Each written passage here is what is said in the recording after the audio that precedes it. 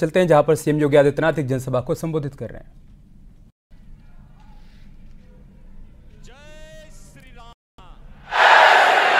जय जय श्री राम। बहनों और भाइयों, मैं आप सब की ओर से, कुशीनगर जनपद वासियों की ओर से और उत्तर प्रदेश की जनता जनार्दन की ओर से अपने राष्ट्रीय अध्यक्ष आदरणीय श्री जगत प्रकाश नड्डा जी का मर्यादा पुरुषोत्तम प्रभु श्री राम के पुत्र कुश के द्वारा स्थापित इस कुशीनगर में और भगवान गौतम बुद्ध की महापरिनिर्वाण स्थली के इस पावन धरा में हृदय से स्वागत करता हूं, अभिनंदन करता हूं। बहनों और भाइयों, भारतीय जनता पार्टी आज दुनिया का सबसे बड़ा राजनीतिक दल है। सबसे बड़ा राजनीतिक दल है।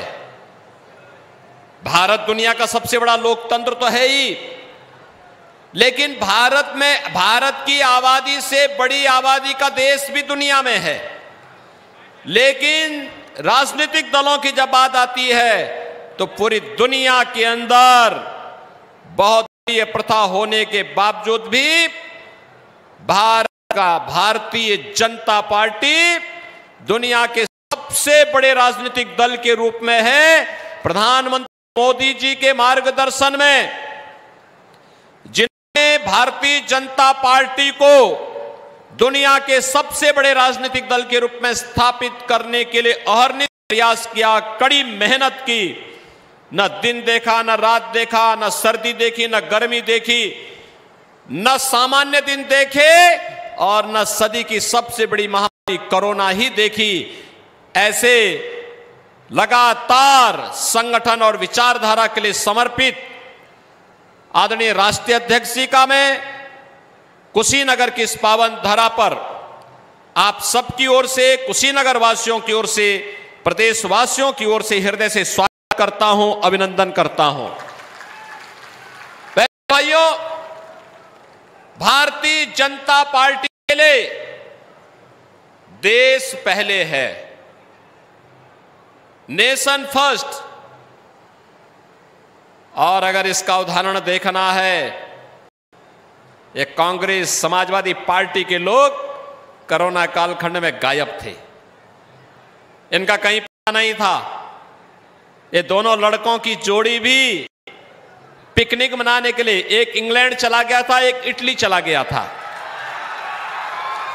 लेकिन मोदी जी के मार्गदर्शन में आदरणीय नड्डा जी हमारे राष्ट्रीय अध्यक्ष थे, आपने तत्काल मुख्यमंत्रियों से भी आग्रह किया और साथ साथ पूरी भाजपा से कहा कि कोरोना इस सदी की सबसे बड़ी महामारी है।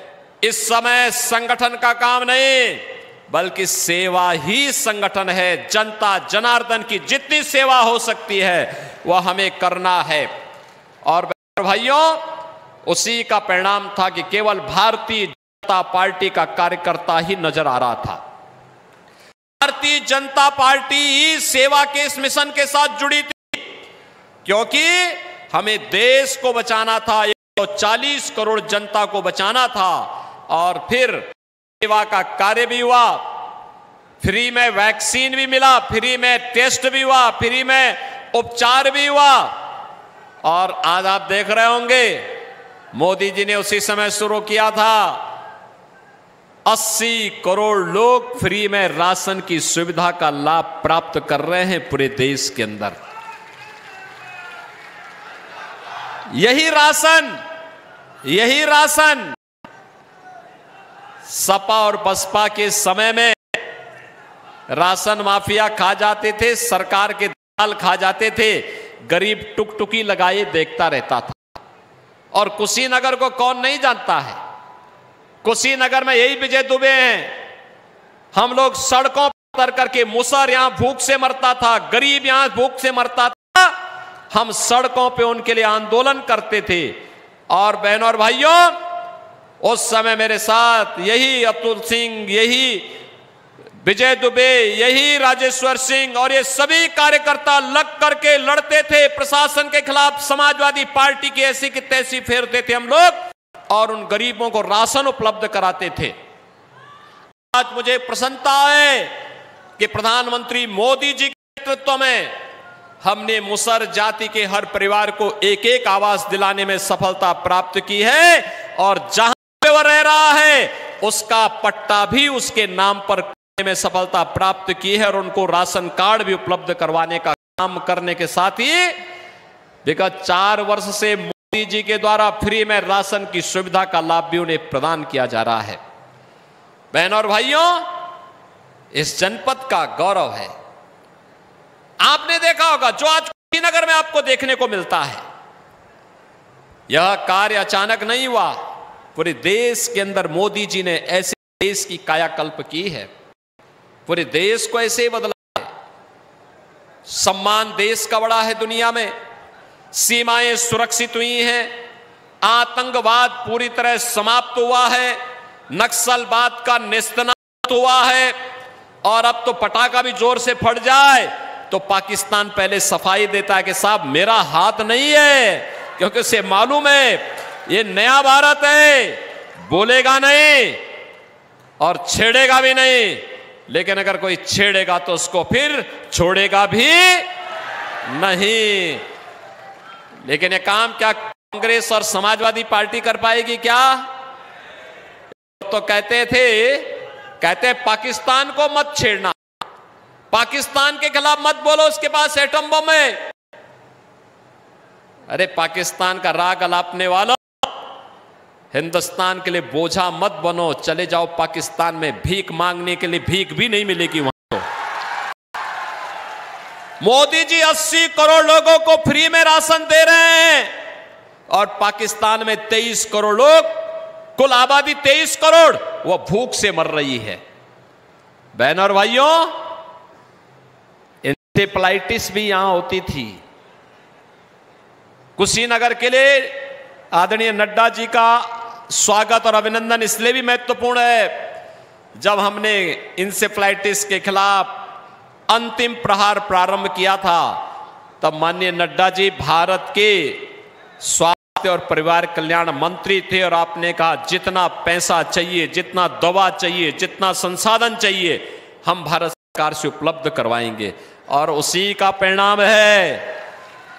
परिणाम है इंसेफ्लाइटिस से सर्वाधिक मौतें कुशीनगर जनपद में होती थी, आज यहां का मासूम बचा है। बहनों और भाइयों, इसको मासूम को बचाने का श्रेय अगर दिया जाना चाहिए तो मोदी जी को दिया जाना चाहिए और नड्डा जी को दिया जाना चाहिए, जिनके कारण आज हम यहां के मासूम को बचाने में सफल हुए हैं। बहनों और भाइयों, कुशीनगर में मेडिकल कॉलेज होगा, एक कल्पना थी और आज तो तब नड्डा जी ही भारत सरकार के स्वास्थ्य मंत्री थे। जब कुशीनगर का प्रस्ताव देखा उन्होंने कहा अच्छा यही इंसेफ्लाइटिस से मौत होती है ज्यादा। हमने कहा एक मेडिकल कॉलेज जरूर दो। और बहनों, आज आपका मेडिकल कॉलेज बन करके लगभग तैयार होने जा रहा है। कुशीनगर में मेडिकल कॉलेज बन रहा है ना, कोई संदेह? और कुशीनगर में एयरपोर्ट भी बन गया है ना, और अभी तो यहां पे एक कृषि विश्वविद्यालय भी बन रहा है ना। महात्मा बुद्ध के नाम पर कृषि विश्वविद्यालय का निर्माण भी हम लोग यहां कराने जा रहे हैं। बहनों और भाइयों, कुशीनगर हम आते थे, सड़क है या गड्ढा है पता ही नहीं लगता था। आज तो जिस सड़क पर जाओ फराटा भरते हुए आप जा सकते हैं, एकदम बुलेट की स्पीड से चलते हैं आवाज। और पहले रिक्शा की स्पीड भी नहीं होती थी, पहले ट्रॉली की स्पीड होती थी कार की, और ट्रॉली की स्पीड क्या रही होगी आप ही जान सकते हैं।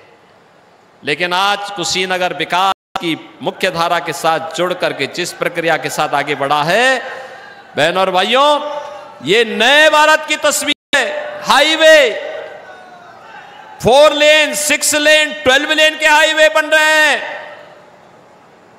विकास के बड़े बड़े कार्य, कई मेट्रो, रेल में भी नई नई चीजें, वंदे भारत, अमृत भारत, नमो भारत ट्रेन, IIT बन रहे हैं, गोरखपुर में एम्स बन गया है, IIM बन रहे हैं, IIIT, NIT, और घर नल की योजना भी, हर नल से जल भी, बाढ़ से बचाव की पुख्ता व्यवस्था भी, और भगवान बुद्ध की इस महापरिनिर्वाण स्थली को उसका गौरव प्राप्त हो, इसके लिए मोदी जी स्वयं यहां आए थे।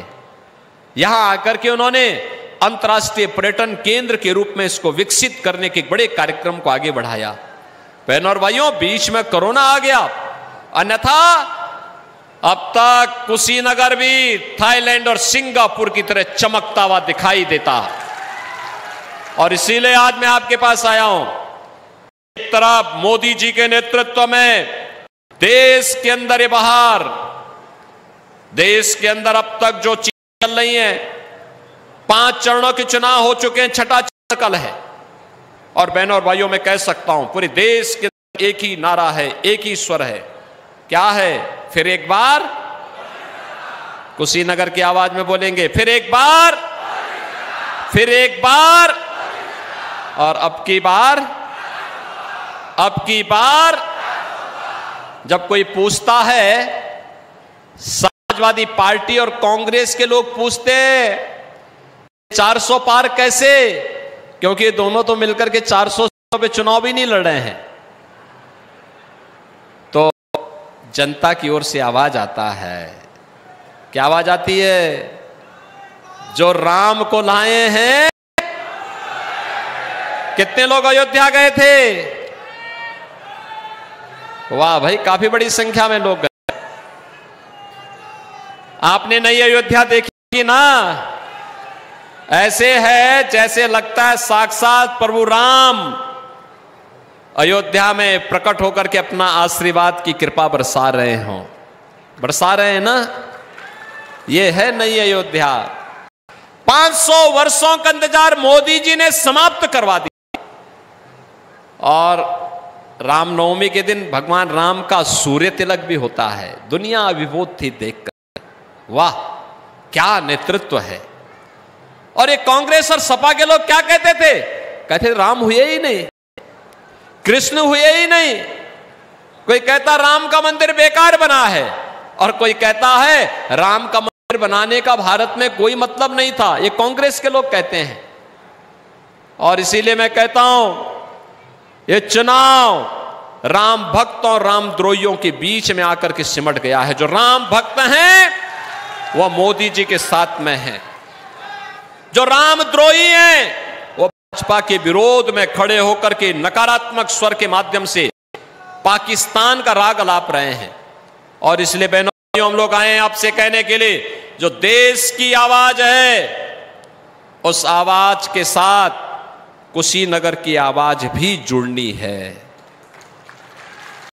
और इसलिए जुड़नी है, अगर आप समाजवादी पार्टी और कांग्रेस का जो इंडी गठबंधन है, इनके मैनिफेस्टो, इनका घोषणा पत्र अगर आप देखेंगे, कितना खतरनाक है। देखो, ये गुमराह करेंगे, झूठ बोलेंगे। इनके पास जब जनता इनको ठुकरा चुकी है, इनको कोई घास नहीं डालना इनके पास, तब ये लोग अनर्गल प्रलाप कर रहे हैं, झूठी अफवाह फैलाएंगे, तमाम झूठ बोलेंगे। इनका एक झूठ, इनके घटक का एक झूठ अभी परसों कोलकाता हाईकोर्ट ने बेनकाब किया है। ओबीसी का जितना आरक्षण था, 118 मुस्लिम जातियों को टीएमसी की तृणमूल कांग्रेस की सरकार ने दे दिया था। वहां के हाईकोर्ट ने उसको खारिज किया। कहा धर्म के आधार पर आरक्षण नहीं हो सकता, ओबीसी को मिलने वाला आरक्षण ओबीसी को ही मिलना चाहिए, मुसलमान को नहीं मिलना चाहिए। ऐसे ही अनुसूचित जाति के आरक्षण पर, पिछड़ी जाति के आरक्षण पर ये सेंध लगाएंगे। सावधान होना। ये लोग बाबा साहब भीमराव अंबेडकर का सम्मान नहीं करते। ये लोग सेंध लगाएंगे, इसलिए सावधान रहना। दूसरा, ये लोग क्या कहते हैं आए तो पर्सनल लॉ लागू करेंगे। पर्सनल लॉ का मतलब जानते हैं आप? तालिबानी शासन। बेटी स्कूल नहीं जा पाएगी, महिलाएं बाजार नहीं जा पाएंगी, उनको बुर्के में घर के अंदर कैद रहना पड़ेगा। 3 तलाक की जो कुप्रथा को मोदी जी ने समाप्त किया, उस 3 तलाक की कुप्रथा को ये लोग फिर से पुनर्जीवित करके उच्छृंखलता और उदंडता को बढ़ावा देने का काम करेंगे। ये लोग भारत बाबा साहब भीमराव अंबेडकर के द्वारा बनाए गए संविधान पर विश्वास नहीं कर रहे हैं, कह रहे हैं पर्सनल कानून लागू करेंगे। अरे देश, कश्मीर में धारा 370 मोदी जी ने समाप्त की, जिससे डॉक्टर श्यामा प्रसाद मुखर्जी जी के उस सपने को साकार किया जा सके। एक देश में एक प्रधान, एक विधान और एक निशान ही रहेंगे, और वही रखने की दृष्टि से पूरे देश के अंदर आज कश्मीर भी भारत का हिस्सा बना है। आज कुशीनगर का व्यक्ति भी कश्मीर में जाकर के जमीन खरीद सकता है, नौकरी प्राप्त कर सकता है। अन्यथा कांग्रेस ने तो यह व्यवस्था कर दी थी कि कुशीनगर या उत्तर प्रदेश का कोई व्यक्ति जम्मू कश्मीर में जाकर के जमीन नहीं खरीद सकता था, वहां प्रॉपर्टी नहीं ले सकता था, वहां नौकरी नहीं कर सकता था। बहनों और भाइयों, ये देश के विभाजन की नींव पैदा करने वाले लोग हैं, और कितनी खतरनाक मंशा है। कहते हैं सत्ता में आएंगे तो अल्पसंख्यकों को उनकी रुचि के अनुरूप खान पान की स्वतंत्रता देंगे। मैं आपसे पूछना चाहता हूं, क्या अल्पसंख्यक और बहुसंख्यक का भोजन अलग अलग होता है क्या? अरे जो भोजन रोटी आप खाते होंगे वह भी खाता होगा, चावल आप भी खाते हैं वह भी खाता होगा, सब्जी और दाल आप भी खाते होंगे वह भी खाता होगा, चीनी और गुड़ आप भी इस्तेमाल करते होंगे वो भी इस्तेमाल करता होगा। लेकिन हां, एक जगह में दोनों ठहर जाते हैं, दोनों के राह अलग अलग होते हैं। जहां पर मुसलमान गौकसी करता है, गौमांस खाने की चेष्टा करता है, हिंदू शक्ति के साथ खड़ा होकर कहता है कि गौ हमारी माता है, जन्म जन्म का नाता है, ये हम नहीं होने देंगे। लेकिन कांग्रेस का घोषणा पत्र कहता है, कांग्रेस का घोषणा पत्र कहता है अगर सत्ता में आए तो खान पान की स्वतंत्रता देकर के गौकसी को बढ़ावा देंगे। क्या आप ये पाप करेंगे क्या? अरे आज के दिन पर आप कह सकते हैं अपनी वर्तमान और भावी पीढ़ी को कि हमने अयोध्या में रामलला को विराजमान होते हुए देखा है। बोल सकते हैं ना? बोल सकते हैं ना? 22 जनवरी को जब मोदी जी प्राण प्रतिष्ठा का कार्यक्रम अयोध्या में कर रहे थे, आपने वो दृश्य देखा कि नहीं देखा? टेलीविजन में कितने लोगों ने देखा है? सभी ने देखा है। अपनी वर्तमान और भावी पीढ़ी को बोल पाएंगे ना कि हमने देखा है? बोलेंगे ना? और आप ये भी कह सकते हैं ये मोदी जी को जो ताकत मिली है, या योगी जी को जो ताकत मिली है, या नड्डा जी को जो ताकत मिली है, ये ताकत हमारी अपनी नहीं है। ये ताकत आपके द्वारा कमल के फूल पर बटन दबाया जाता है ना, ये उसी की ताकत है। तो वास्तविक श्रेय किसको जाता है इसका? आपको, आपको इसका श्रेय जाता है। आप अपनी पीढ़ी को बोलिए, वर्तमान पीढ़ी को बोलिए, कहिए साहब राम मंदिर हमने बनाया है, बोलिए। क्योंकि जिसने भी कमल चिन्ह पर वोट दिया है वह इसको बोलने का अधिकारी है कि राम मंदिर मैंने बनाया है, क्योंकि मैंने कमल चुनाव चिन्ह का बटन दबाया है। बोल सकते हैं ना? तो ये पीढ़ी में भी सम्मान होगा, और लोक तो में तो सम्मान होना ही होना है। पर लोक में पूर्वजों के पास जाएंगे तो उनको ही बोलेंगे कि देखिए आपका संकल्प की पूर्ति करके मैं आया हूं। प्रभु का भी कृपा मिलेगी और पूर्वजों का भी आशीर्वाद प्राप्त होगा। होगा कि नहीं होगा? एक यह कार्य, एक तरफ मोदी जी पुण्य दिला रहे हैं और दूसरी तरफ एक कांग्रेस और समाजवादी पार्टी को मिलने वाला वोट गौ कसी के कारण पाप में बदलेगा। क्या ये पाप करेंगे? क्या पाप करेंगे? क्या? तो जनता जनार्दन को बताना है, जनता जनार्दन को बताना है कि देखो बीजेपी तो विकास भी करा रही है, सम्मान भी दे रही है, सुरक्षा भी दे रही है, गरीब कल्याण भी कर रही है, प्रभु को भी विराजमान करा रही है, और अयोध्या में रामलला विराजमान भी हो रहे हैं, और बड़े बड़े माफियाओं का राम नाम सत्य है की यात्रा भी निकल रही है ना। आपको अच्छा लगता है कि नहीं लगता है? लगता है ना। और इसीलिए आदरणीय नड्डा जी आपके बीच में यही जानने के लिए आए हैं कि विजय दुबे जी पिछले रिकॉर्ड को तोड़ करके चुनाव जीतेंगे। एक तो आश्वस्त करिए उनको, दोनों हाथ उठा करके, दोनों हाथ उठा करके। दूसरा, इसमें 2 कार्य करने पड़ेंगे आपको। 7 दिन का चुनाव है, 7 दिन के अंदर आप में से जितने लोगों ने हाथ उठाया है 2 संकल्प लेने पड़ेंगे। पहला, प्रतिदिन 5 परिवार में जाकर के हर एक सदस्य से मिल करके हर वयस्क मतदाता को आत्मनिर्भर और विकसित भारत के लिए, मोदी जी को प्रधानमंत्री बनाने के लिए, कमल का बटन दबाने के लिए उसको अनुरोध करना है। करेंगे? और दूसरा, चुनाव के दिन 1 जून को, किस दिन चुनाव है? 1 जून को इन सभी परिवारों को, यानी एक दिन में 5 परिवार, तो 7 दिन में 35 परिवार, यही होगा ना। तो 35 परिवारों में जितने भी वोटर होंगे उन सब को लेकर के मतदान केंद्र में जाना है और कमल के चुनाव चिन्ह पर वोट देने के लिए को तैयार करके भारतीय जनता पार्टी को जिताना है। करेंगे? ये 2 काम कर लेंगे? कर लेंगे?